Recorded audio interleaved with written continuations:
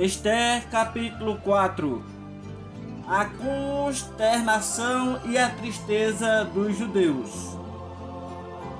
Quando Mardoqueu soube tudo quanto se havia passado, rasgou Mardoqueu as suas vestes e vestiu-se de um pano de saco com cinza e saiu pelo meio da cidade e clamou com grande e amargo clamor.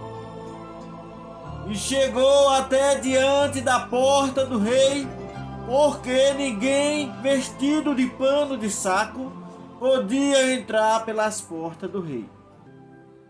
E em todas as províncias, aonde a palavra do rei e a sua lei chegavam, haviam entre os judeus grande luto, com jejum e choro e lamentação.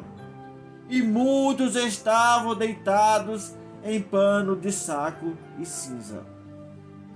Então vieram as moças de Esther e os seus eunucos e fizeram-lhe saber com o que a rainha muito se doeu. E mandou vestes para vestir a Mardoqueu e tirar-lhe o seu cilício, porém ele não as aceitou. Então Esther chamou a Ataque, um dos eunucos do rei, que este tinha posto na presença dela, e deu-lhe mandado para Mardoqueu, para saber que era aquilo e para quê.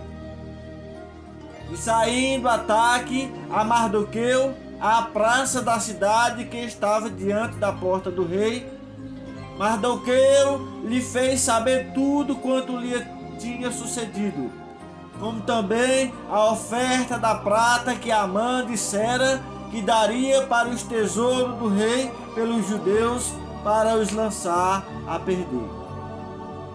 Também lhe deu a cópia da lei escrita que se publicara em Susã para os destruir, para mostrar a Esther e lhe fazer saber, e para lhe ordenar que fosse ter com o rei e lhe pedisse e suplicasse na sua presença pelo seu povo.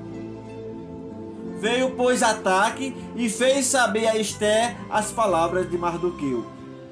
Então disse Esther a Ataque e mandou-lhe dizer a Mardoqueu: todos os servos do rei e o povo das províncias do rei bem sabem que, para todo homem ou mulher que entrar ao rei no pátio interior sem ser chamado, não há senão uma sentença, a de morte, salvo se o rei estender para ele o cetro de ouro para que viva.